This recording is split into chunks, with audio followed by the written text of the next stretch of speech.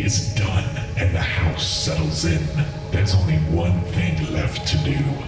Pull up a chair, dim the glow, and welcome the dark. You are now tuned into the quiet sound of It Reads at Night.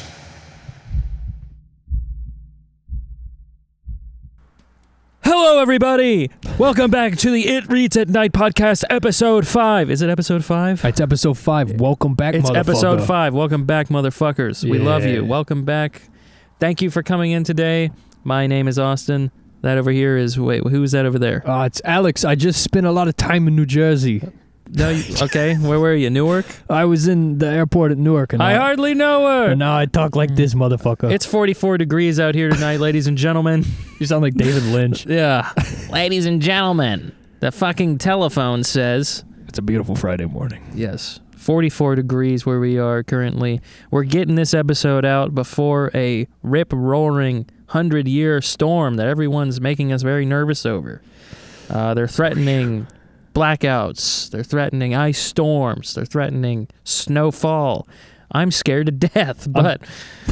Listen, and they're threatening the power grid's going to fail because we're all going to black out for sure. You know what I mean? It's Miller time! Anyway, we've got a story for you tonight. And because we're so spooked, we figured why not pile on there, read a scary story before the snow comes and gets us locked up in our houses. Although we have some backup plans in case the snow does fall for this show in particular. So keep a lookout for that. But anyway, tonight, right now, where we are here in life, we focus on the present. We got a story for you here today.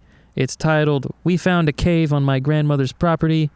What's inside needs to stay hidden forever. Folks, that story is written by Something Goes Here Too on Reddit. I'm journeying to their page right now to try to give them some more credit. Their bio on Reddit says, underemployed writer just trying to live my best life. Feel that. And it looks like they've got a Ko-fi, one of those things where you buy them a coffee or whatever the fuck. That's the same thing that it's not Emma Watson, but dumber. Yes, she's got one of those. Exactly. Shout out. We'll drop the link in there. The name is Spooky Writer 71, so it's different from the Reddit name. Although on Reddit, okay, /something goes here too, but then when you go to their page, it says Spooky Writer 71. Name is David. I think just find a way to sneak David in there, all right? Okay, you're good enough. David Lynch. Holy fuck, he's back. He's back. May he rest in peace. But that does mean there's a room for one more David out there. So, all right. I love that. Without further ado, first, if you're just now tuning in, we read scary stories, and we do it outside in the cold and the rain and the snow and the heat, and backed up to a giant, really actually scary forest. Yes, where we hear demonic shrieks constantly and owls and fucking deer rummaging around looking for berries and foraging for shit. And think 100% not fucking around, things on two legs. Yes. Not bipedal things out there that sound... Apes. Yes. There's apes in the woods. Yeah. So we're scared a good amount of the time when we're out here, honestly. And when we're not scared, we're usually uncomfortable from the elements. So we are just primed for scary stories out here. When we're not scared, we're on the interstate. Yeah, we're on the interstate. We're going 20 miles under the speed limit. I'm not scared. I'm going so slow. There could be black ice out there. You never know. Anyway, so would you like to read the story? Yeah. Okay. Yeah, fuck yeah. I'm so glad you said yes. I'm super excited. If you said no, I'd be in a real pickle. At first I was like, I thought you read these. And then I was like, oh, I get it. Fuck. Take it away, Alex. Anyway, and we're about to get into it. But before that, rate the fucking show, like the fucking show, subscribe to the fucking show, follow us on Instagram, TikTok, YouTube, Spotify. We're on all the audio platforms. We really think this show is best enjoyed visually because we do a lot of stuff visually here, hence the campfire and everything else. If you listen, you miss out on actual content. You do. You miss out on it. Also just doesn't make any fucking sense. Yeah.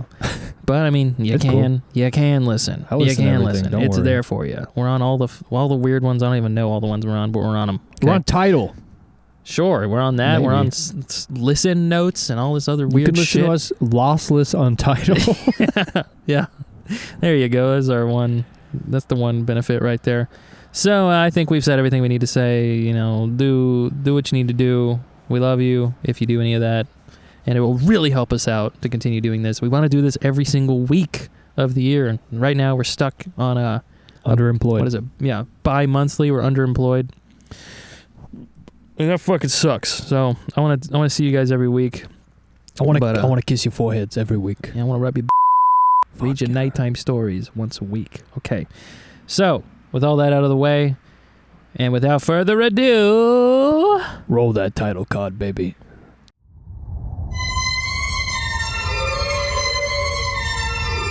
Prepare for scares.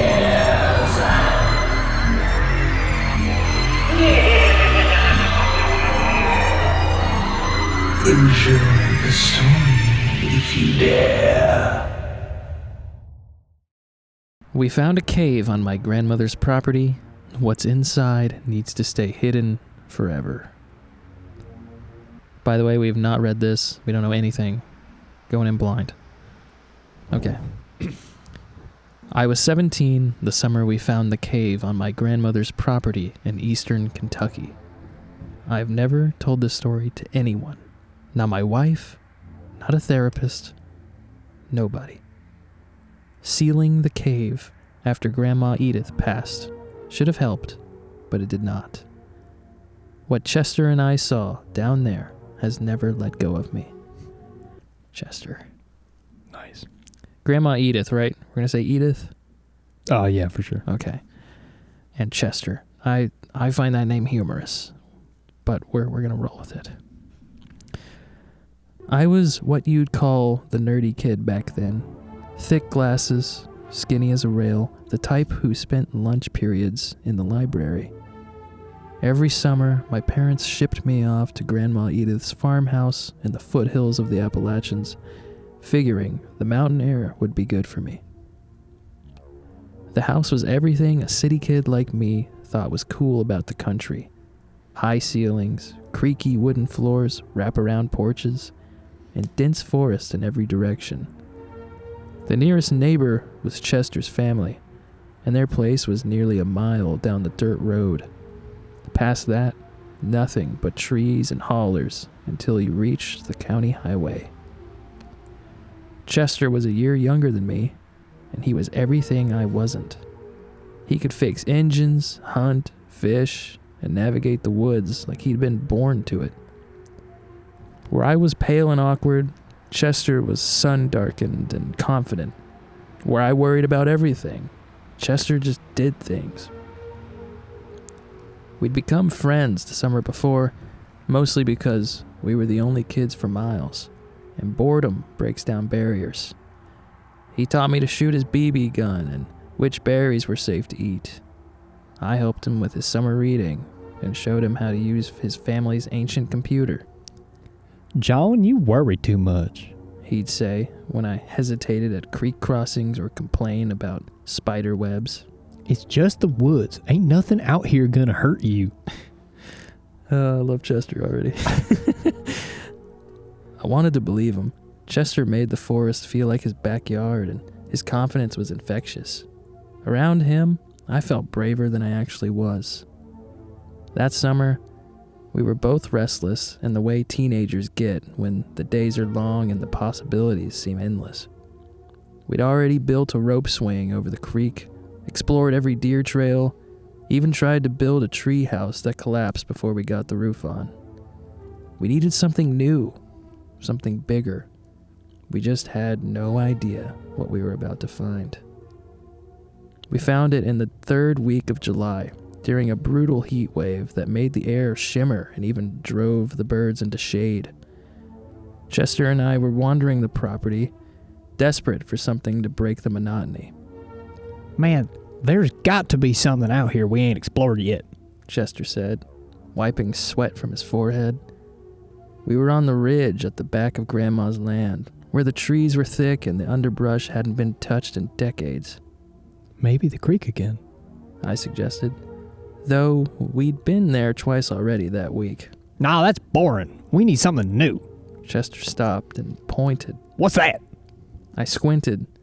Through the foliage, I saw a darker shadow, something that didn't fit the natural pattern of trunks and branches. Beats me. I replied. Let's check it out. We shoved through brush, scratched by thorns and wrapped in spider webs. Chester led the way, while I followed and complained about the bugs.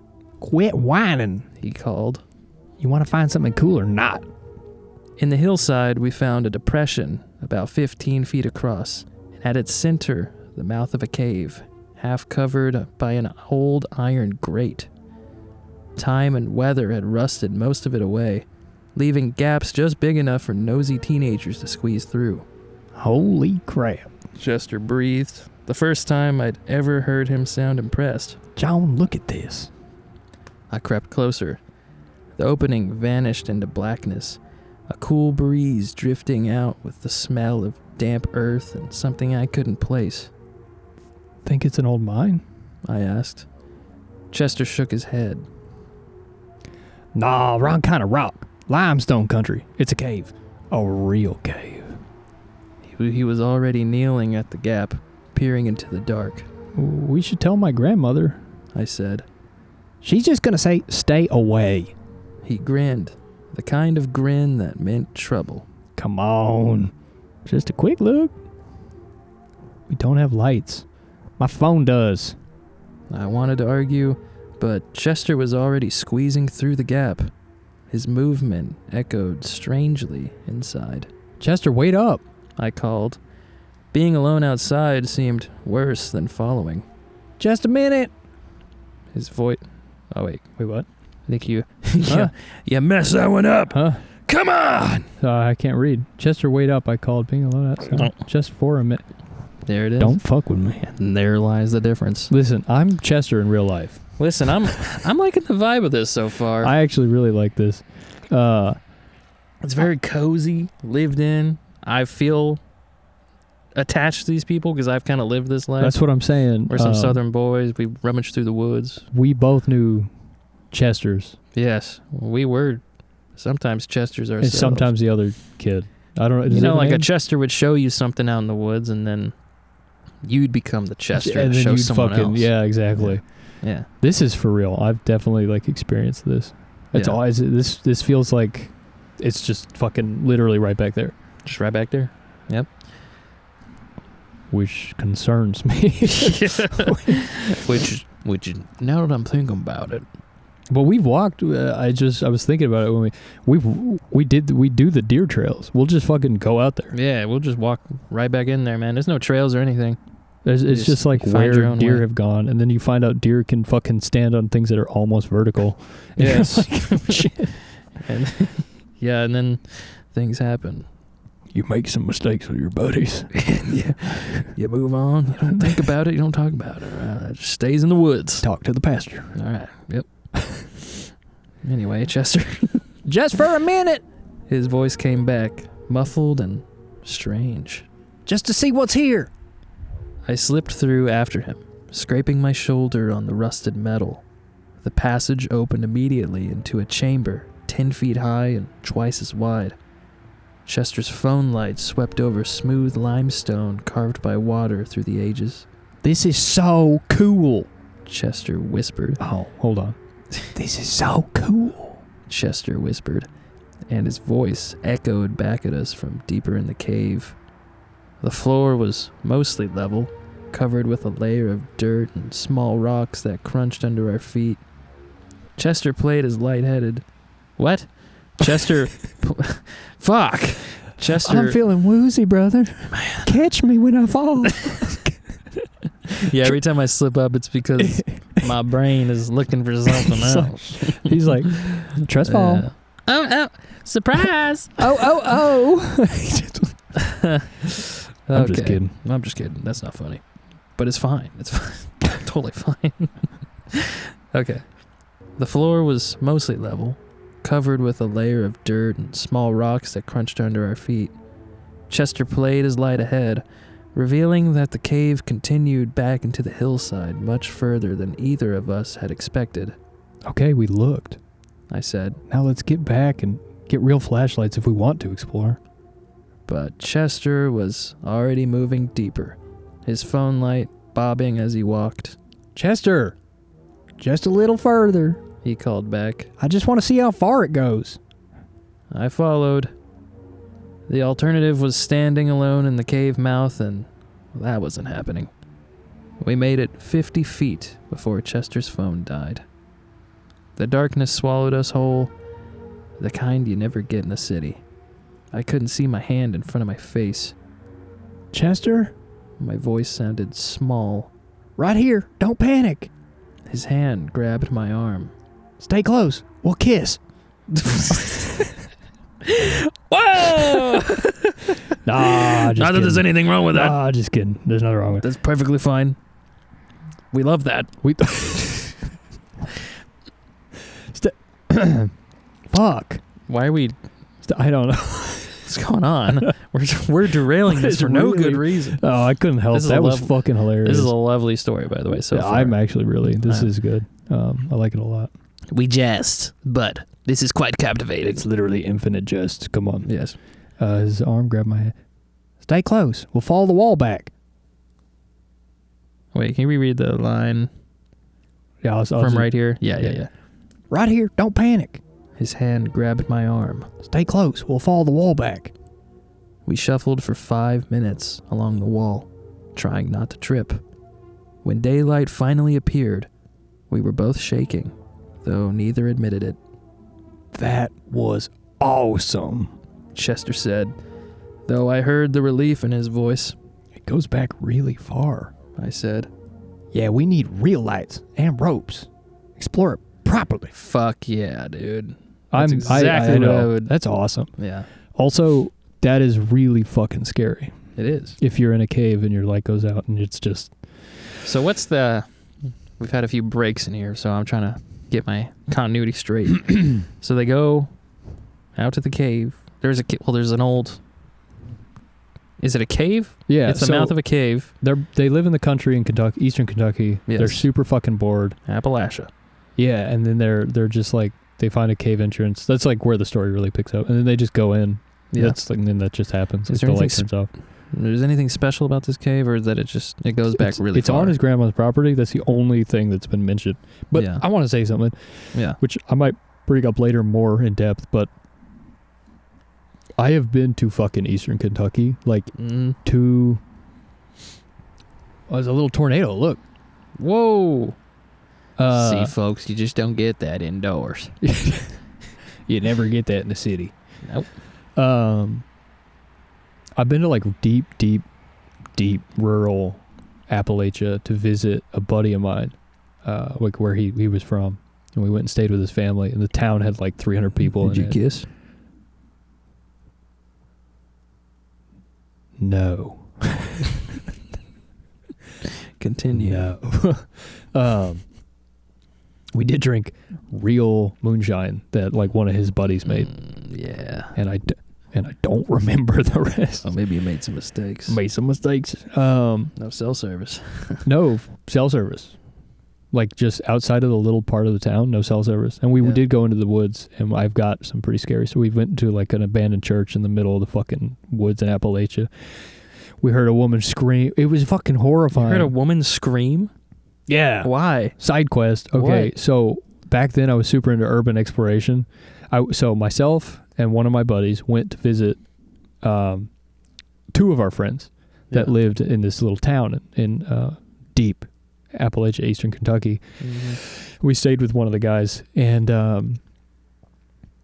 we're all just like younger and like kind of like, oh, I love this. He's like, there's an abandoned glove factory out there somewhere, and Mhm. so we go out there. And we can't find the glove factory, but he's like, I think there's like a church. I mean, it's literally this story.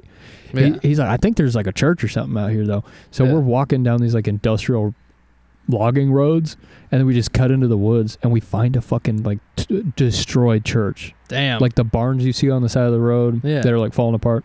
Mhm. So we're all like kind of like, and like the two guys from Kentucky are like pretty fucking religious and like, but in a spiritual way.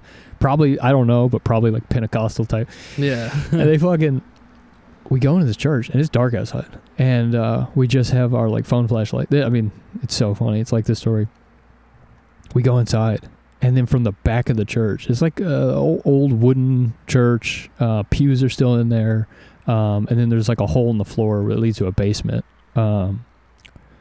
It's super fucked up. And then we hear from the back of the church, I think outside, really, but like it sounded like it came from inside. All the windows are blown out. Yeah. We heard like a woman, full, like blood curdling scream. It was really scary. That's and horrifying. You're TBH, in the middle of nowhere, right? Yeah, There's for just sure. no one around. Dude, like actually Appalachian middle of nowhere in the woods. Yeah. And probably Occam's razor, crackhead.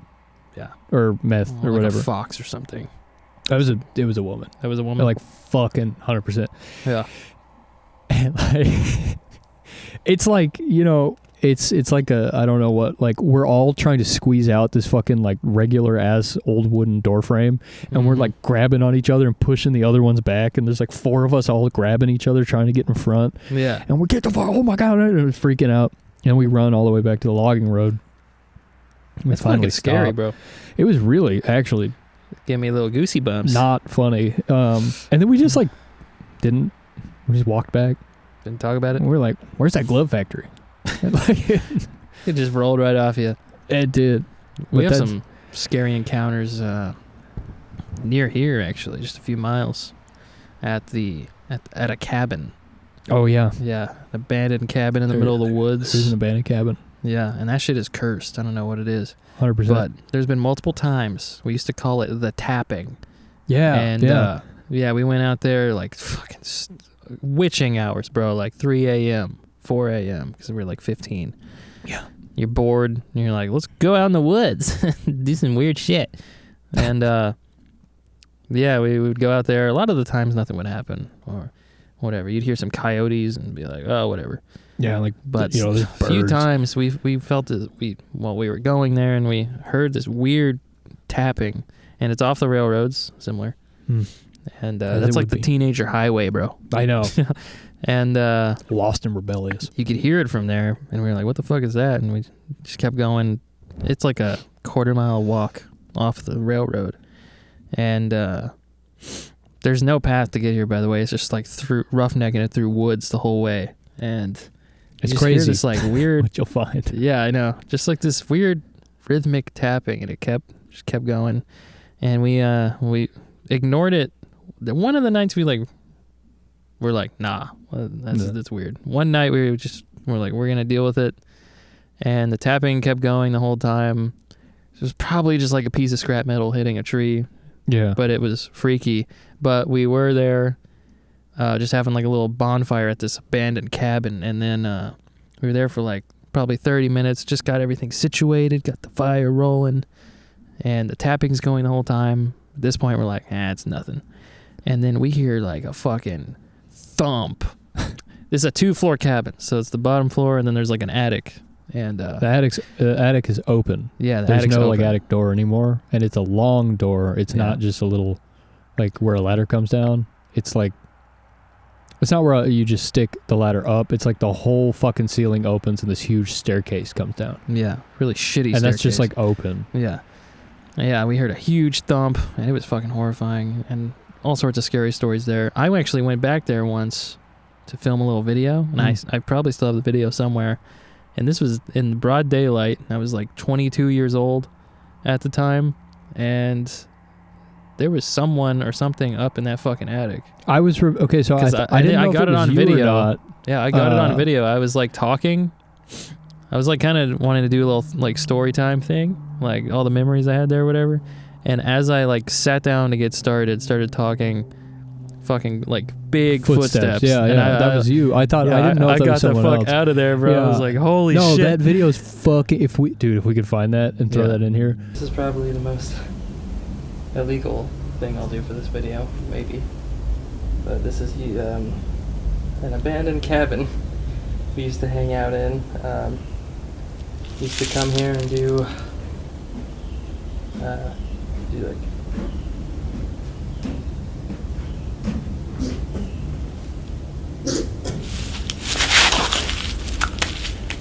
Hello?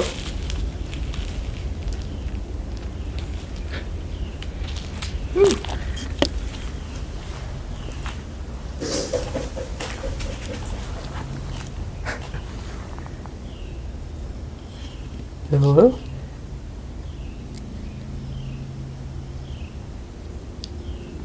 Holy shit. I'm gonna step away.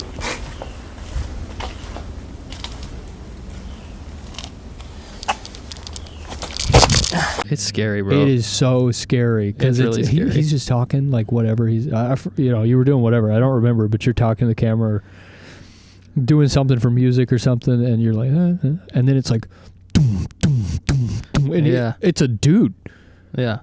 It's a man. Yeah, it's like there's someone up there for and, sure.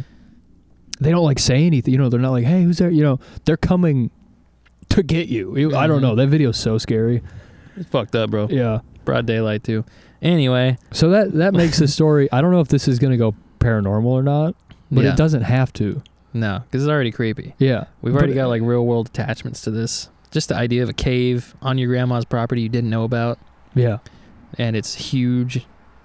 It's creepy. And his phone died while they were in there. I wonder if it was due to just low battery or something killing it. Yeah. Designed obsolescence. Who knows? I don't know. I don't know. So yeah, sorry for that tangent, but context for the readers here. I forgot about those stories. Those are Yeah, horrifying shit. Anyway, okay. So let's see. Okay, yeah. So we're here. we need rail lights and rope. We need real lights and rope. Go explore it properly. I nodded, though something about the cave felt off. Maybe it was the darkness or the way our voices echoed. Tomorrow, Chester said. we'll come back with supplies. As we walked back through the woods toward the house, I kept looking over my shoulder at the cave mouth behind us. Even with the afternoon sun filtering through the trees, that dark opening seemed to pull at my attention. I should have listened to that feeling. Should have told Grandma Edith, or just found something else to occupy our time that summer. Oh, sorry. Excuse me. Hello. Burping. But I was 17, and Chester made everything seem like an adventure, even the things that should have scared us away.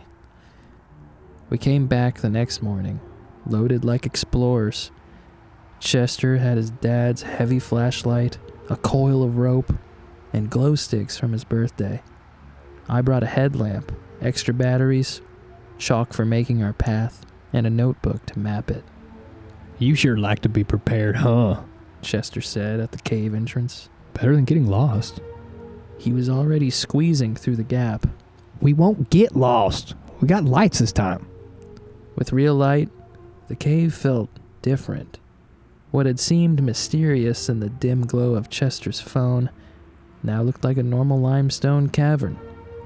Water had carved smooth channels into the walls, and the floor sloped gently down as we moved deeper. This is way bigger than I thought. Chester said, sweeping his light around. Several passages branched off, each fading into darkness. We spent an hour exploring the obvious routes, marking chalk arrows and dropping glow sticks. Chester sketched a rough map while I called out measurements. Left passage goes about 60 feet and dead ends. I said. Right passage curves and then connects back to the center. It's like a loop. The center passage drew us in. It ran straight back, sloping steadily down, and our lights couldn't find the end.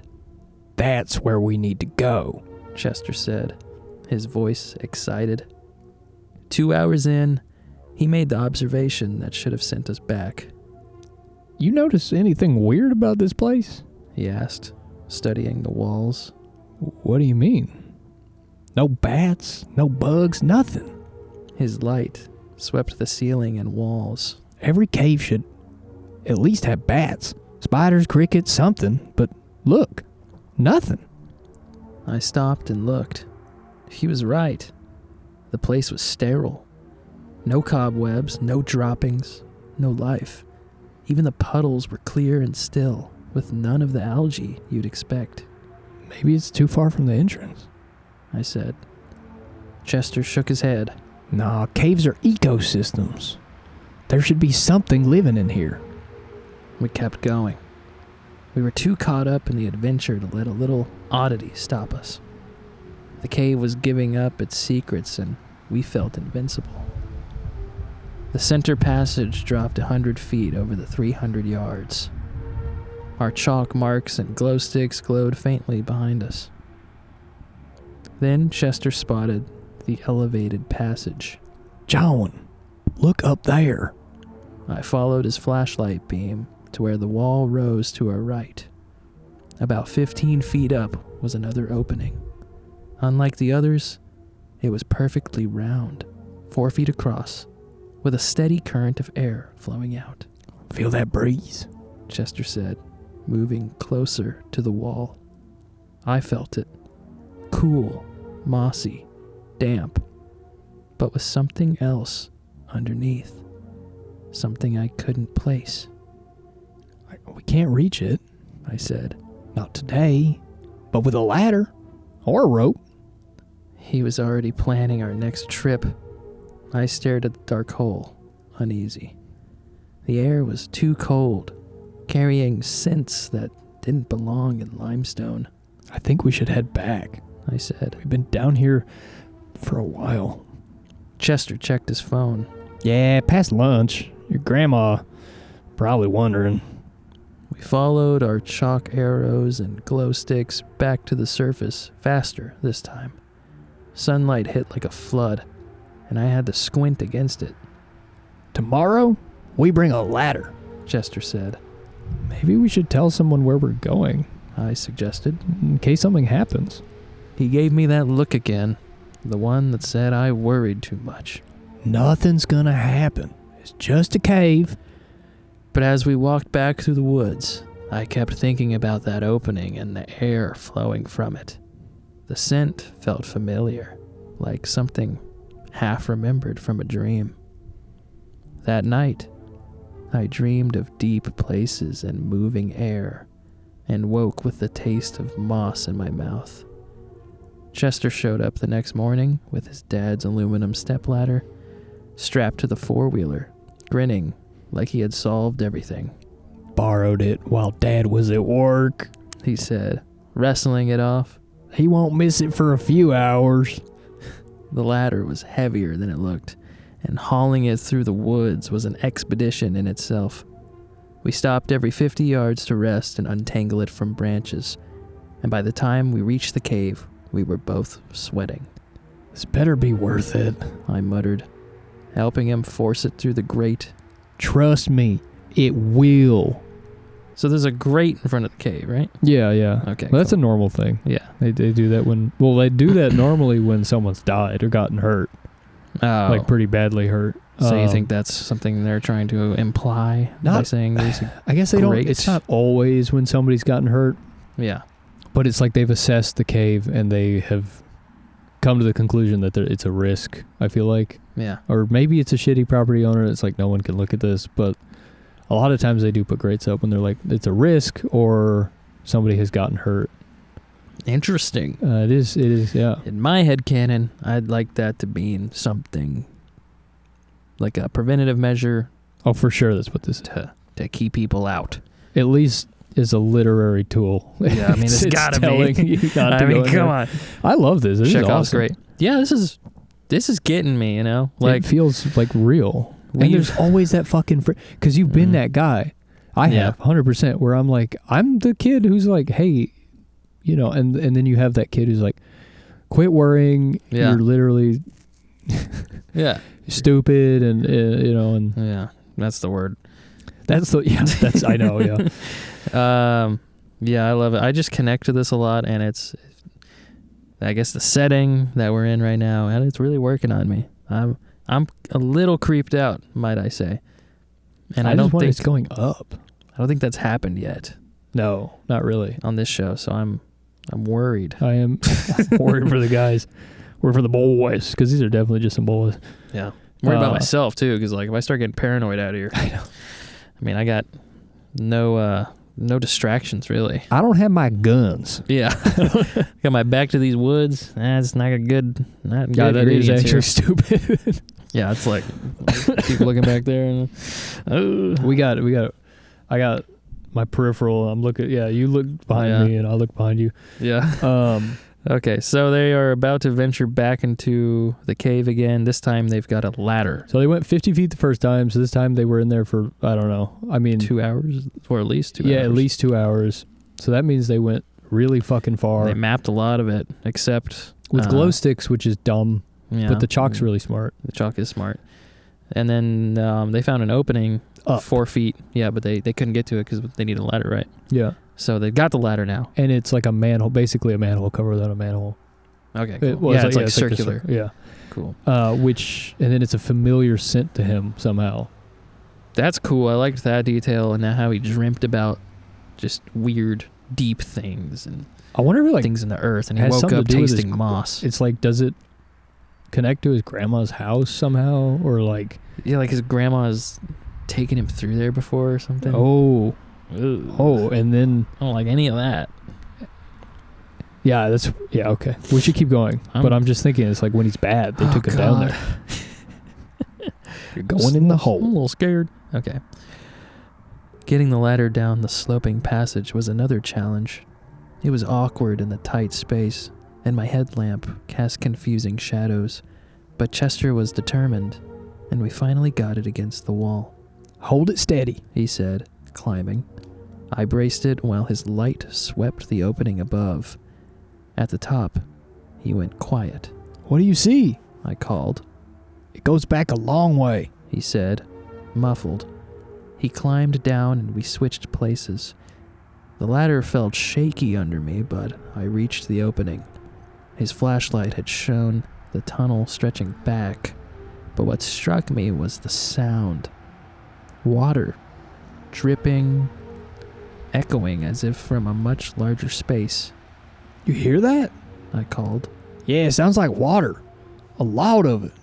I climbed down and we stared at each other in the glow of our lights. Underground river? I said. Or a lake? Whoa, that's still him, I guess. Underground river?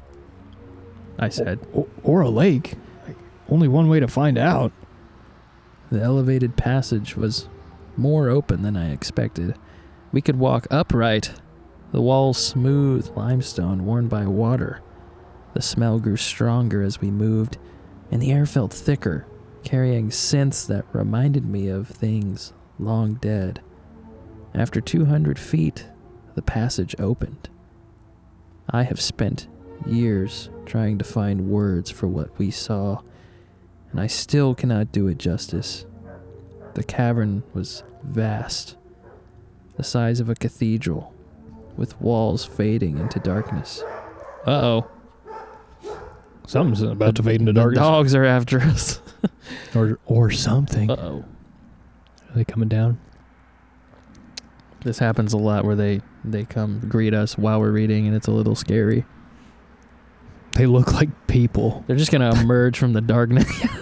There's like a big man that comes out on all fours. And he's got a service to offer you. Like, my night vision is all fucked up right now, and I don't like that. I know. Right there is just like a void off the camera. It's just a void for me. It's a Dutch man dressed as a dog. And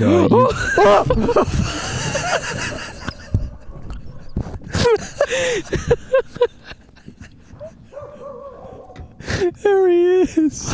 He came the other way. Oh no. Dude, he never comes from that way. That was fucked up. Damn, dude. Right when oh man, Yes. that scared me. Was that a genuine Jesus. scream? Yeah, that was real. I threw my phone in the air. Oh my god, Good dude. boy. This ain't how the story's getting us. The goddamn dog. That scared the fuck out of. Oh my Dude, god. I looked, and I just looked like a man coming out of the dark. It's because I saw you react. Yeah. I was like, that's a dude. That's a dude. I was like, oh my god, no way. There's a was man coming. That was fucked up. Ugh. Good content, though, am I right? Bro, clip that. Clip it! There he comes again. He's Damn, back. He's such a good boy. He's a good fellow, isn't he? Got some big ears. Very good guy. Yeah. He's warm. You're warm. Chat, is that real? Yeah, I was. Oh, boy. Just a little bunny rabbit. He's a good boy. Jesus. You're a good boy. That was traumatic. Damn, bro. That feel good. Okay. This story's getting me. Go back to Papa. I know. Good boy. Go back to Papa. Come on. Get it. Yeah, go and get. Yep, it's nice to meet you, too. Thank you very much. Shit, bro. All right, go now. Fly. Fly, you fool. Wait. If we had a heart rate monitor. I do actually have a ring on. Yeah, you do. Oh, yeah. Oh, I'm bleeding quite a bit still. How about that? Nice. Oh. Things are getting dire out here. Okay. All right. Anyway. Like a hard nervous system reset. Jesus Christ. Fuck, guys. We're scared. So, they're in the passage. The elevated passage that they needed a ladder to get to. And now they're walking through it. Yeah, there we go. Okay. Nice. After 200 feet, the passage opened. I have spent years trying to find words for what we saw, and I still cannot do it justice. The cavern was vast, the size of a cathedral, with walls fading into darkness. In the center was a lake. The water was black and still, like a mirror reflecting nothing. Our lights reached only a few inches, and when Chester tossed in a pebble, the ripples died too quickly, as if the water swallowed them. Jesus. Chester breathed, his voice echoing from the ceiling above. I swept my headlamp around the edges. The far shore was almost beyond reach, maybe 50 feet away. How deep do you think it is? Chester asked. I don't know. Deep. He was already digging in his pack. Let's find out. He cracked a glow stick, tied it to a rock with a rubber band, and tossed it in. The green light sank, and sank, and sank. It never reached the bottom. The glow vanished into distance until the surface was black again, showing no trace of what we had dropped. That's not possible, Chester said, his confidence gone. I stepped back from the edge. The lake felt alien, the air too still, the silence too complete. Even our voices seemed muffled, as if the water absorbed them. We should go back, I said. But Chester was staring at the far shore, his light barely catching shapes in the dark. There's something over there, he said. on the other side. I looked. In the faint circle of light, I saw what might have been structures on the rock. Regular shapes that did not look natural. Chester, let's go back and think about this. We need a boat. He said, ignoring me. An inflatable raft. We should paddle over there. The thought of being on that water clenched my stomach. Oh, fuck. That's crazy. We don't even know how deep it is. What if we fall in? We won't. And I'm a good swimmer. In a lake that might not have a bottom? He looked at me then, really looked, and I saw he felt it too. The sense we had found something that should not exist. But Chester never backed down from anything. Tomorrow, He said. We'll think tonight and come back with a plan. As we left through the passage, down the ladder, I kept looking back. The darkness seemed deeper than it should, and I felt something in that water watching. That night, I could not shake the image of the glow stick sinking into endless depths. In my dreams, I sank with it into darkness so complete I could not tell if my eyes were open or closed. Chester showed up the next afternoon with a small inflatable raft strapped to his four-wheeler, the kind meant for lazy rivers. He also had life jackets, waterproof flashlights, and a hand pump. Where'd you get this? I asked, though I already knew. Borrowed it from my cousin Jake. Hey, you won't miss it. I eyed the raft. It was 6 feet long, built for calm water, not underground lakes. Chester, I don't think this is going to... Hold on. Chester, I don't think this is going to work. It'll be fine. It's rated for 2 people, and we're light. Despite my doubts, I helped him haul it to the cave. His enthusiasm was hard to resist, and I was curious about the far shore. But the image of that glow stick sinking into black water never left my mind. Launching took longer than we expected.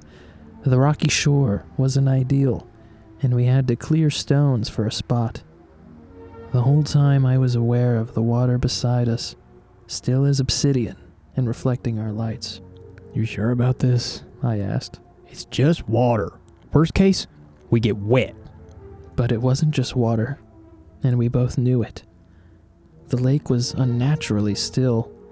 No lapping at the shore. No movement at all. Even when disturbed, the ripples died too fast, as if the water was heavier than it looked. Chester climbed in first with a flashlight. The raft barely dented the surface, as if it floated on something solid. Come on, he said, steadying it. I climbed in reluctantly, paddle in hand.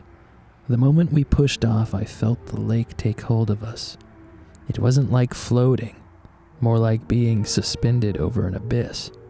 Paddle, Chester said, shining his light ahead. The rowing was strange. The water gave almost no resistance, yet the craft, the UAP. The UAP. Okay. I need beer.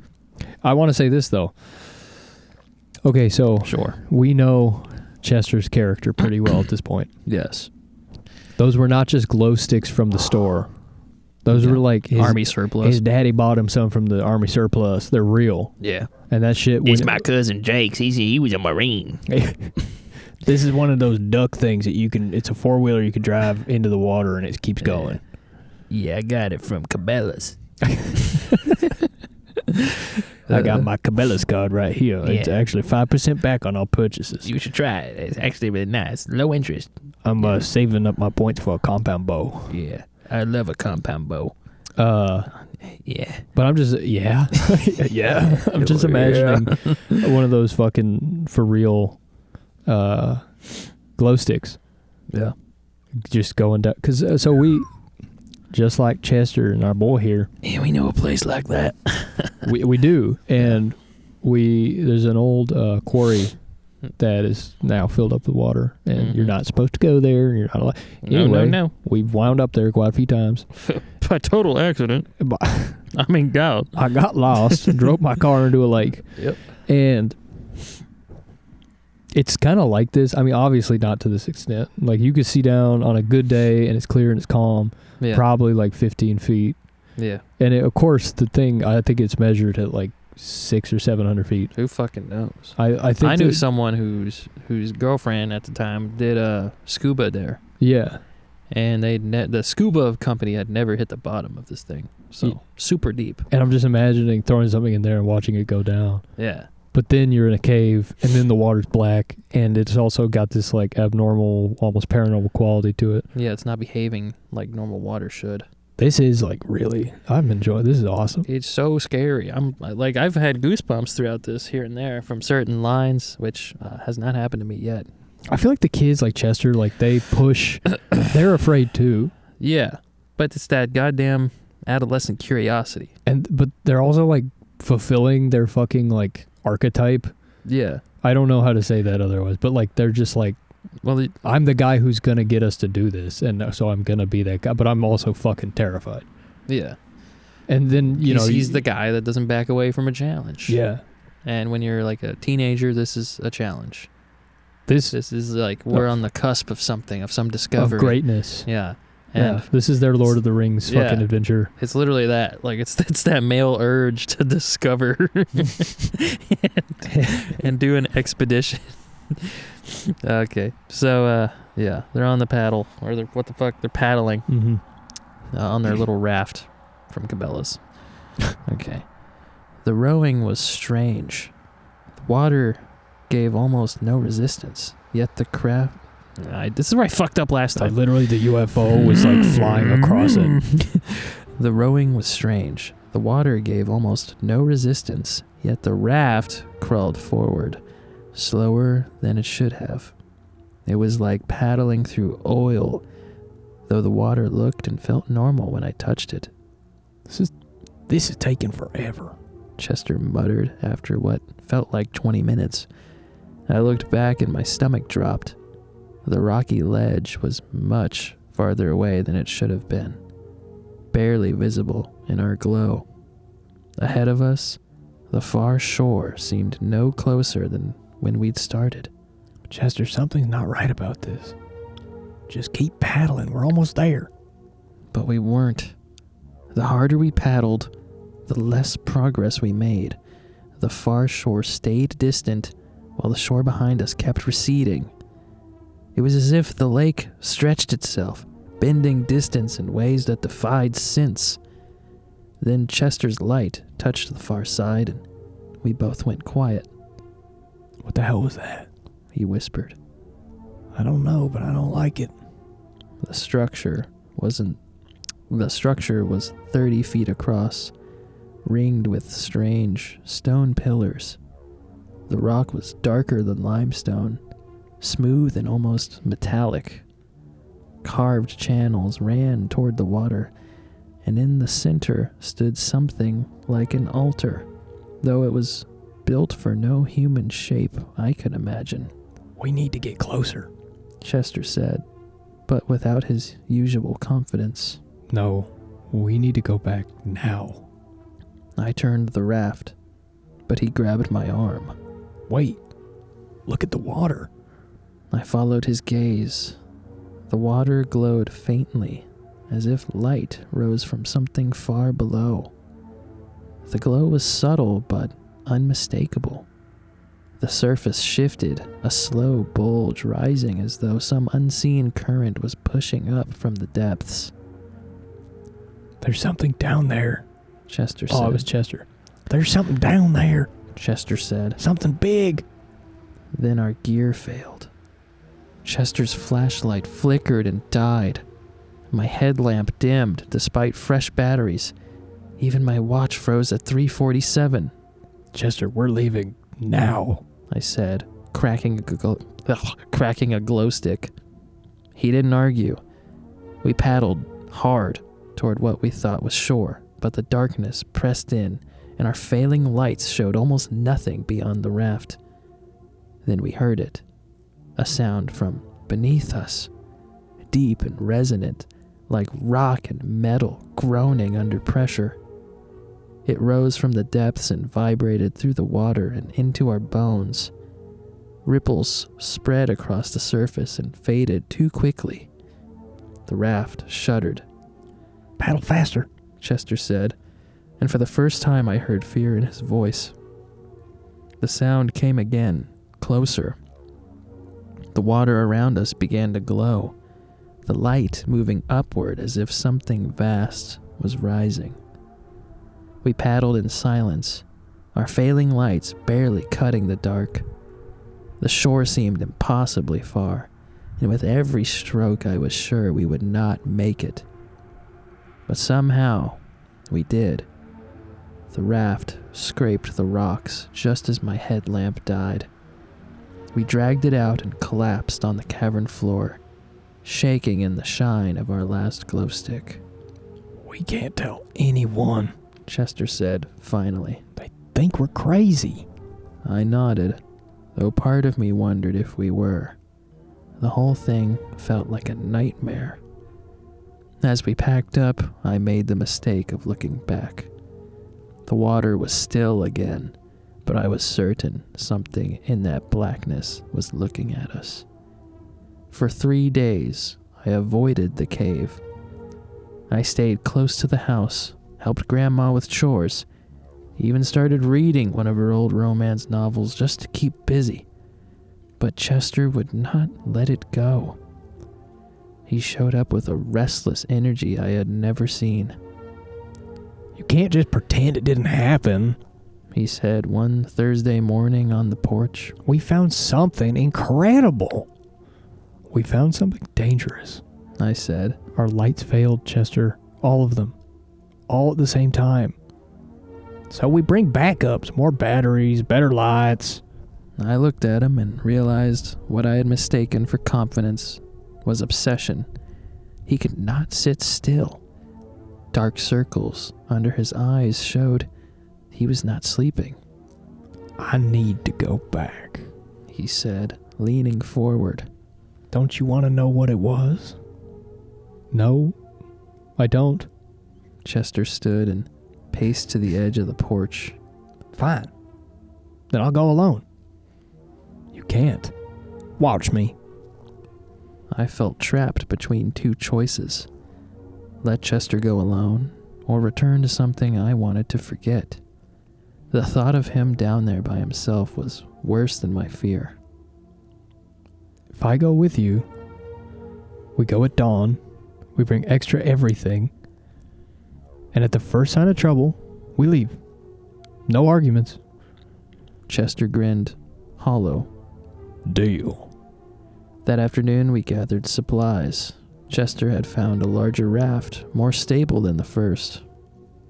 Borrowed it from my sister's boyfriend. We packed flashlights, batteries, glow sticks, rope, even a first aid kit. Looking back, it was an expedition, not an adventure. One more thing, Chester said as we loaded the four-wheeler. I want to actually reach the far shore this time. Get a closer look. Every instinct screamed no, but I had committed. And despite my fear, I was curious. The shapes we had seen haunted my dreams. I needed to know. The forest felt different on the way back, quieter. Even the birds were silent. We slipped through the grate and down to the lake, our equipment heavier with every step. The cavern was, as we left it, vast and still. The water stretched into darkness, smooth as glass. Against every survival instinct, I helped him launch the boat. The crossing dragged, and with each stroke I was more certain we were making a mistake. But something was different about the far shore. Are those lights? Oh wait, that's not Chester. No, Chester. Are those lights? I asked, squinting. Chester raised the binoculars and went still. There's something over there. What? On the far shore. I see movement. And you're right, there are lights. Not flashlights, but something else. Something that glows. I snatched the binoculars. In the distance, a faint blue-green glow flickered, like the bioluminescence in the water. Chester, we're turning around right now, I said, handing them back. My voice was a hoarse whisper. He looked through them again and gasped. Chester had gone completely silent. His mouth moved, but no words came at first. Then, in a whisper that grew louder, he began repeating. It comes out of the water. It goes into the water. It comes out of the water. It goes into the water. I shook him, but he wouldn't stop. His eyes were fixed on the far shore, wide and shining, as though he was watching something emerge that I couldn't yet see. That's when the water around us began to glow. The luminescence rose from the depths like we'd seen before, but this time it was brighter, more intense, and in that growing light, I could see the true scale of what lay beneath the water. The lake wasn't a lake. It was an eye, and it was a portal, and both in ways that made my brain hurt to hold. It went down forever, but the bottom was right there, close enough to touch and impossibly distant. The water was looking at us, not looking up through the water. The water itself was the looking, and I could... What? Yeah. Let me try that again. This is trippy. The water was looking at us, not looking up through water. The water itself was the looking.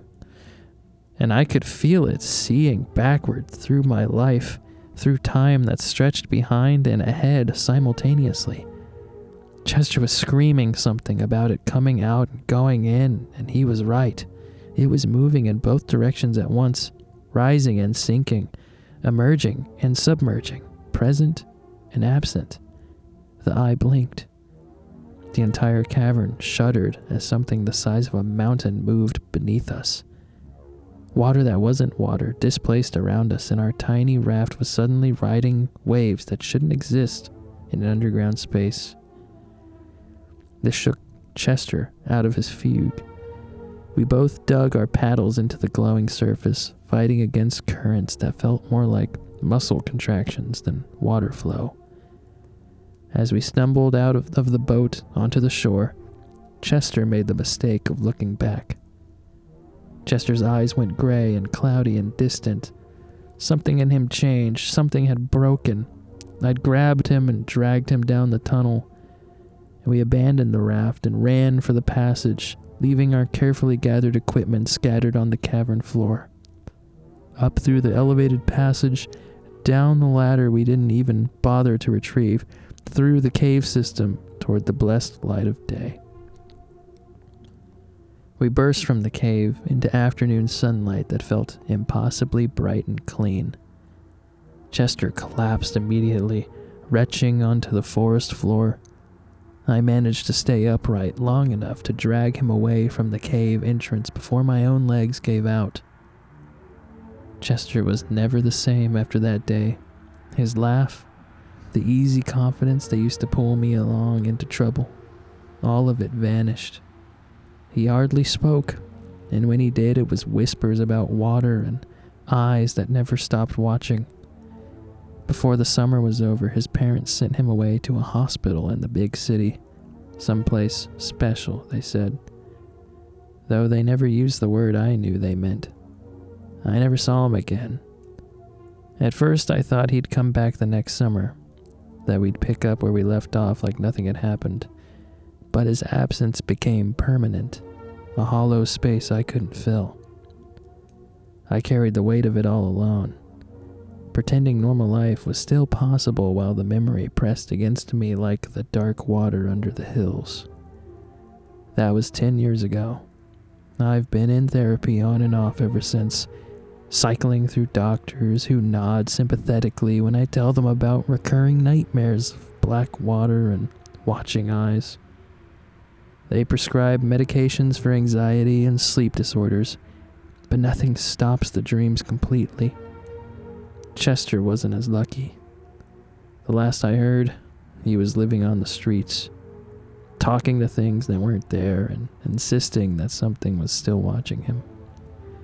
When Grandma Edith passed a year ago and left me the house, the first thing I did was hire a contractor to seal the cave entrance with concrete and rebar. I told him it was a safety hazard. I paid him extra to use twice as much concrete as necessary and to never mention the job to anyone. Some doors, once opened, need to be closed forever. Late at night, I swear that sometimes I can still hear the sound of water moving far beneath the ground. And that, ladies and gentlemen, was We Found a Cave on My Grandmother's Property. What's Inside Needs to Stay Hidden Forever by Something Goes Here Too. And what a slapping banger that was. Dude, what a grandpappy slapping banger that was. That was fantastic. We'll pick this back up after the break. We'll be right back. Han Solo is great and all, but don't you think he's missing a little something? He's got that cool blaster and the big hair, but he's just not good enough. Well, don't worry, 'cause we've read your minds. We're painting that sucker green. That's right, kids.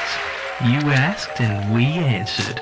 Here at the undisclosed facility, we take great pride in our paint jobs, and rest assured, an artist touches each individual figurine in their own unique way. So call us up at 1-800-GREEN HUN SOLO, yeah! If you call right now, heck, we'll throw on an extra layer of paint for you. But wait, if you call right now, we'll give you green paint. Incredible. Green Han Solo. He's green and he's solo. Now available for a limited time only, batteries not included.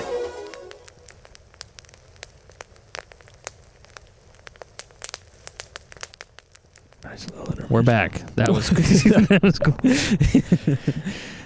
Yeah, what a absolute grandpappy smacker. That was fucking awesome. That was really cool. Very contained. It didn't get. I don't think it got silly to the point of annoyance. I don't think it got. I don't think it overstayed its welcome. No. I don't think it got too big for its britches. I think it towed the line of like almost like a coming of age, Yeah, for teenage sure. like adventure story with like some eldritch horror tied in there. And, Fascinating concept. I really too. like. Yeah, the concepts are cool. I mean, it is very, definitely inspired by Lovecraft and that kind of thing. It reminded me a lot of, well, of course, Cthulhu, but Yeah, just going crazy when you look at it. yeah, like like that kind of concept. Starting to try. Yeah. Cognito hazard. Oh, for But for sure. there is one short story by him. I can't remember what it's called. I really like it, but it's this guy who's like exploring this desolate city, and he notices like it's like a super ancient city, and it's like in a desert or something, like right against a mountain range, and he notices like everything in this ancient city is like not to human scale. It's like something else, and then he finds this big cave system, and he goes way down, and it turns out it's like fucking alligator people or whatever. Yeah. I can't remember. Is it a desert or is it like the Arctic? I don't know, honestly. It could be the Arctic. I think in my head it's the Arctic. Yeah, it If could I be. remember. It's been a long time since I read that one. Yeah, it has been like multiple years, probably 2 or 3 for me. But it reminded me of that. But Yeah. also, I mean, but honestly, it stood on its own pretty damn well. That was awesome. awesome. It definitely took from Lovecraftian kind of concepts, but I think it's got a good set of legs Dude, to stand on. I mean, it didn't take the writing style in any way. yeah. And that way it was cool because it kind of recontextualized. It just turned it. I mean, it's just totally just some Southern Kentucky guys. Yeah, just some fucking backwoods Boys. tomfoolery, but they meet in eldritch horror. They meet God in a Yeah. cave. Yeah, and I liked a lot of the concepts were really cool, like the water passage that I Yeah, had that was trouble awesome. reading because it was so trippy. But Yeah. it was like the water sees, and it basically doesn't abide by time and all this shit. It was cool. That was awesome. Let's I was see kind of what I can- worried. It was like they looked over there. There was like an altar, and I was like, oh, some fucking regular old. I was worried it was gonna over-explain or. Oh, for sure that, or like I was like, I don't want to, over-explain, because I was like, oh, there's gonna be a cult, and they're gonna have to explain it. So there's gonna be Yeah. like exposition from like the main cult guy who's gonna sacrifice Chester. And, Yeah. you know. Which is a huge problem in the creepypasta realm, just any online horror. I feel like people are just so obsessed with the idea of like blowing up their plot line to this huge global scale, and Yeah, certain people do it right, like Pitiful Scream with Drumming in the Clouds. that was cool. Yeah, absolutely. That was a good rendition of like a global catastrophe.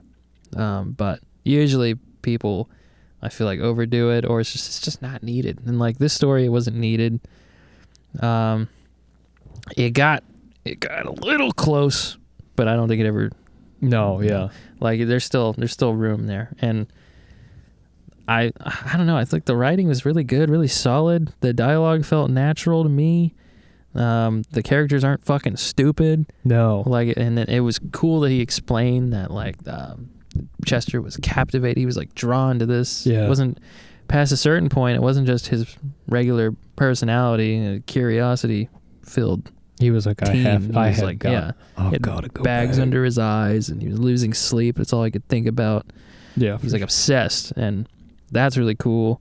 And main character the whole time was like, this is fucking weird. I don't know about it, man. Yeah, the whole And time. I like that. And then he paid some dude, cash in fist to lock that Nice. shit up. I mean, Cover it up. all very rational decisions, I think. And then the ones that aren't rational, like the continuing to go in, is well explained with an obsession to this something like luring these kids in there. I would have liked at the end. This is just, I mean, the story's great, but what I would have liked, and this even if they did this, I might be like, yeah, they took it too far. At the very end, he's like older, and he's like, now this is my last fucking message or whatever. I'm like, here, I'm in this cave right now. Yeah. He's like, I can't stop thinking about it, and I'm going back. And then maybe like just a smidge, just a touch of like what happens, and then it just cuts off. But then I probably would have been like, that's cliched and stupid if I read that. A lot of people so- have done that. Yeah. A lot of people don't have the balls, the gumption to be like, I fucking paid a construction company to just cover it up, yeah. And they're like, all right, we'll get it done. And they just covered it up. It's done now. And obviously I like Appalachia and the tie-ins, for not sure. just personal relations to it, but It's spooky. It's it's, terrifying. it's such an old piece of earth. Yeah. One of the oldest. Predates trees. And I have a story set in this time as well. Or in this area because of that. It gives you some leeway with adding in ancient things. It makes more sense when you do that. And it's a cool set piece for that. But I just like, what do you think is going on? Who the fuck knows? I mean, obviously it's an eldritch horror beyond our comprehension. I like but- to think it's just it's Appalachia itself taking a blink at you. So Mother Nature, perhaps. oh, what does that Mother Nature? Mm. I don't know. I just really enjoy that. I mean, the I tension. don't really was- want to know. Yeah, That's I have the no fun of it. interest. And I'm glad there was no explanation beyond that weird, sort of nebulous, trippy, Totally nebulous. Yeah, it watery didn't make it, yeah. explanation of like the water is not water, but it is water, and it can see. And then it And our light just fell over. it's getting kind of. I mean, these mics probably aren't picking it up, but like a storm is coming Yeah, you can feel it in the air. My hands are frozen. for sure. And it's like there was like thunder a few minutes ago. I don't know if There's thunder. there was something that was like shaking. I'm not fucking around. Like it was like shaking the earth, and I was like, Oh, and it was I don't getting like windy. And then I heard I What? wonder if it. I wonder. I have not heard any of this, guys. So Well, yeah, I think it's actually the eye looking at me, and I'm going back through time. But the I heard eye just blinked underneath us. I heard like a bell from that side. It was like In the dum. woods? Well, I might have been from somewhere else, but I heard it in my right ear. I don't like any of that. I didn't hear any of this, guys. I want to see if it picked it up. If it didn't, I'm crazy. Okay. But Well, the editor will check that out for us, and we will appreciate whatever he finds. but it was super sick. A lot of really good tension. They built. Yeah. Yeah, you like cared about the Man. good character development. You cared about them, and then really good. tension. It was nice. It was just a very neat little story there, and just very clean, super scary. Definitely our vibe. Yeah, For enjoyed that. Yeah, for sure. I was very pleasantly surprised. I wasn't expecting, not that I was expecting it to be bad, but I just didn't have, I just didn't know it was going to be so damn creepy. Like I'm genuinely going to be a little paranoid tonight. Like when I go to bed, and that's awesome. Wanted to hear something about Grandma.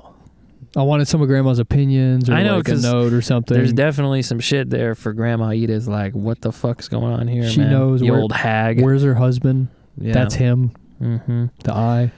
But then, you get into the realm of that's too much explaining. That's Yeah. kind of lame. I've heard that before. That's an eldritch horror I can explain. Yeah. Because there's Yeah. nothing worse Yeah. than that. Like, you find some weird shit that's incomprehensible. And then a teenager, Figures it out. yeah. He's like, He's not even from there. He's a city boy. yeah. He's Yeah. like, oh, I took 2 looks at that. Figured it out. Makes Actually, sense. it's the country folk are dumb. All it took was me living in the city to be able to figure out this old beast. Whatever it is, it's the product of generational incest and poverty Yeah. and moonshine. Maybe it's a giant moonshine operation. Maybe it is moonshine. Dude, look at the wind. I know. The smoke, if you can't see. Probably I- our bee came I over here. don't, no, I don't think so because it's It's not fucking picking it up. rip-roaring that way. Man. I think it's a perfect time to tidy it up, Yep. clean up the episode, and just say good night to all my boys and girls. It's getting rather blizzardy out here. It's really fucking And cold. It's very cold. We very much appreciate it if you made it this far into the show. This has been It Reads at Night. We love you very much. Make sure to follow the author here. Once again, Something Goes Here too, but also Spooky Writer 71. And also they have a coffee page with Spooky Writer 71. And then I see a YouTube link here for Cult Publishing. I don't know if that's them or if they're a part of that. Check all of that out and check more of the writing here out. Luckily, this story was pretty well received. It had 2,000 upvotes on Nice. No Sleep, so that's awesome. We love to see that. Definitely deserves that and more. And yeah, thanks so much for sticking around with us in the cold here. We're going to go warm up, but if you enjoyed this, please rate it on everything. Tune into the YouTube. That's like where the show's at its best, we believe. For sure.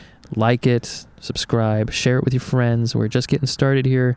We need help because we want to do this every week, believe it or not. And we want to be better. We want to be better for We you. want to be better for you. Yes, My baby. And we want to read creepier stories. If you have any stories you want to share with us, you can just really any way you can contact us. We've got email, I guess, mothuncle@gmail.com. You can email it to us. Send that shit over. You can message us on Reddit, which is Mothuncle. It's pretty much Mothuncle on everything. Yeah. And then YouTube, drop a comment. You can, I don't know, That's the message best. us. Yeah. Fucking YouTube everything for Just sure. Just YouTube if you want. DM us on Instagram. Fucking, we even have TikTok. I don't know. We'll check all of it eventually. We're just trying to get some cool stories. We really want to read like stuff that hasn't been read that much. You know, stuff that's flown under the radar, but and is scary. and is scary. We want to scare you. We want to scare us, and we got pretty scared tonight, honestly. Yeah, but there's So- definitely much scarier things. Yeah, for and sure. We know they're out there. Just people might miss them because there's so much shit on the internet. But so please send that shit our way, and we will look at all of it. We're very loyal, and we will read it all. No stone goes unturned here. What I say? None stone guns None stone unturned. goes unturned here. Thank you very much. I love This you. was It Reads at Night. I love you. I love you. We'll be back not next Thursday, but the Thursday after that. And until then, And until then, I love you. I love you. And don't ever forget that. I love you. And I love you. And don't ever forget that.